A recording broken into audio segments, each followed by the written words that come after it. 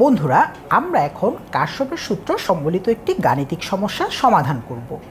তো আমরা যদি এই সংযোগ বিন্দুতে কারশফের প্রথম সূত্র বা কারেন্টের সূত্রটি অ্যাপ্লাই করি, আমরা দেখো পাবো I1 যোগ I2 ইকুয়ালস টু I3।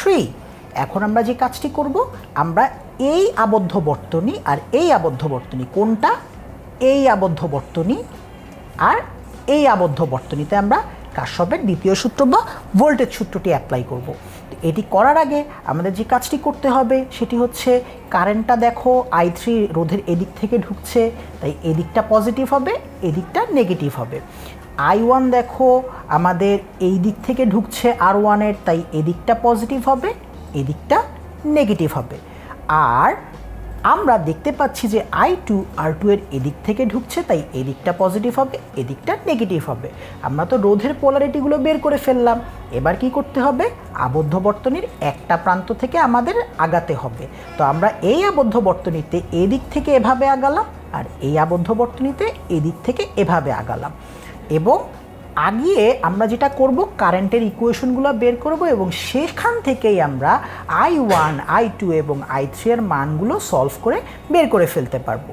তো দেখো, আমরা প্রথম আবদ্ধ বর্তনীতে যেটি দেখতে পাচ্ছি যে আমাদের আসছে, আমাদের আগানোর পথে R3 পজিটিভ প্রান্তটা আসছে, তাই হবে I3 ইন্টু R3, এবং R1 এর পজিটিভ প্রান্তটা আসছে, তাই হবে I1 ইন্টু R1, এবং E1 এর নেগেটিভ প্রান্তটা আসছে, কারণ আগানোর পথে E1 এর নেগেটিভ প্রান্তটা এইভাবে আসছিল, তাই হবে মাইনাস E1 ইকুয়ালস টু 0।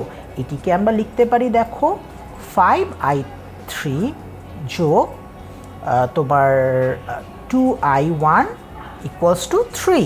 এটিকে আমরা 1 নং দিলাম।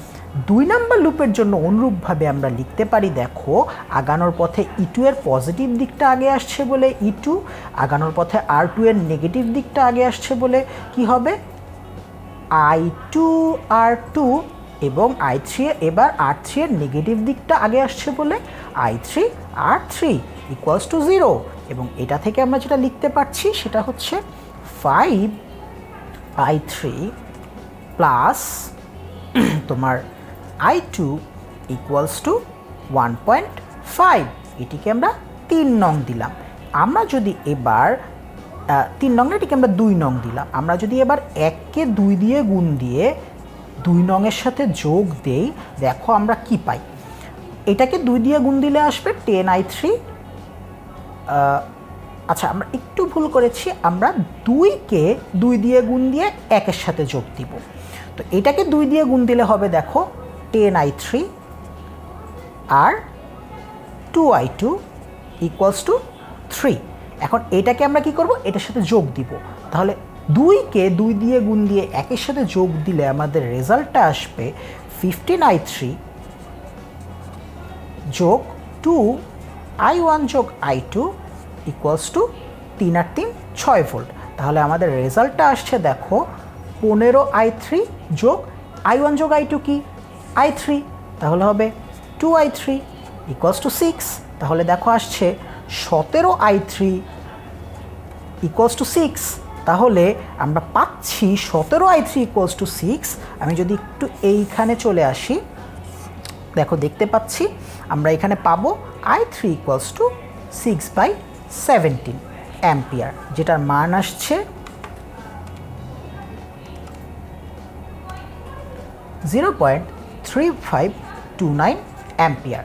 এখন যদি আমরা একটা কাজ করি, কাজটা হচ্ছে, আমরা যদি 1 নংয়ে I3 এর মানটা বসিয়ে দিই, অথবা 2 নংয়ে I3 এর মানটা বসিয়ে দিই, তাহলে আমরা I2 পাবো, আর এখান থেকে আমরা I1 পেতে পারি। তো আমরা 2 নংয়ে মনে করো যে বসাই, তাহলে আসছে 15 ইন্টু 6/17 যোগ I2 equals to 1.5। That is I2 এর ভ্যালু আসবে আমাদের 1.5 মাইনাস 5 ইন্টু 6/17, যেটার মান আসছে মাইনাস 0.2647 অ্যাম্পিয়ার। এর মানে হচ্ছে I2 এর মান ছিল 0.2647 অ্যাম্পিয়ার, কিন্তু I2 যেদিকে দেখানো হয়েছে সেদিকে প্রবাহিত না হয়ে আসলে I2 উল্টো দিকে প্রবাহিত হচ্ছিল, এই জন্যই মাইনাস সাইনটি এসেছিল। আর I1 কিভাবে পাবে? I3 বিয়োগ I2 equals to I1। That is আমরা পাচ্ছি I3 এর মান ছিল তোমার 6/17 আর মাইনাস 0.2647, এটা হয়ে যাবে প্লাস 0.2647, কারণ কি মাইনাসে মাইনাসে প্লাস হয়ে যাবে। তাহলে আমাদের আসছে 0.6176 অ্যাম্পিয়ার। সমাধানটি এখানেই শেষ হলো।